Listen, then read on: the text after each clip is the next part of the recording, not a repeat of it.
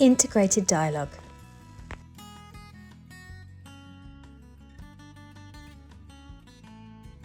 Let's revise the 4 rules for punctuating direct speech.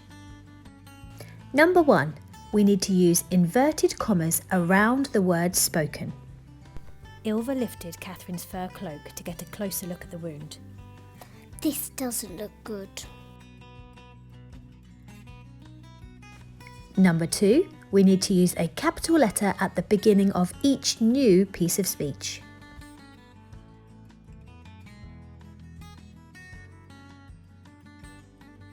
Number 3. We need to use a piece of punctuation before the inverted commas end. This is where you need to think carefully.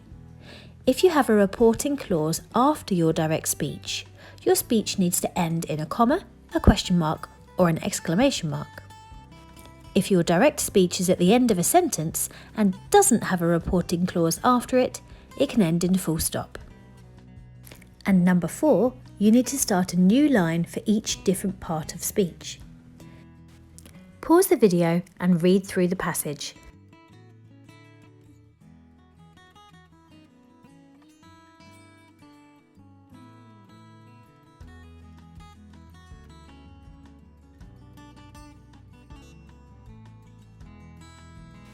Now let's look a little bit closer at the position of the reporting clauses. Let's take a look at the top sentence. Oh no! Ylva lifted Catherine's fur cloak to get a closer look at the wound. This doesn't look good. The direct speech has been split and a reporting clause has been used in the middle to add detail. At the end of the first part of the speech we have a comma. After the reporting clause we have another comma, and this separates it from the second part of the speech, which comes next.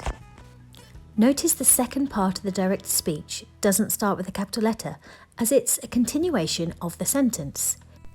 Oh no, this doesn't look good. Now let's look at the second sentence. Am I not getting any better? Catherine grimaced as she felt the red-hot pain radiating from the wound throughout her entire body. Here, the reporting clause comes after the direct speech, and the suitable punctuation is a question mark. Finally, let's look at the third sentence. Ylva gathered Freckey close to her chest and whispered softly to Catherine. I will stay by your side and be right here the whole time. Don't worry.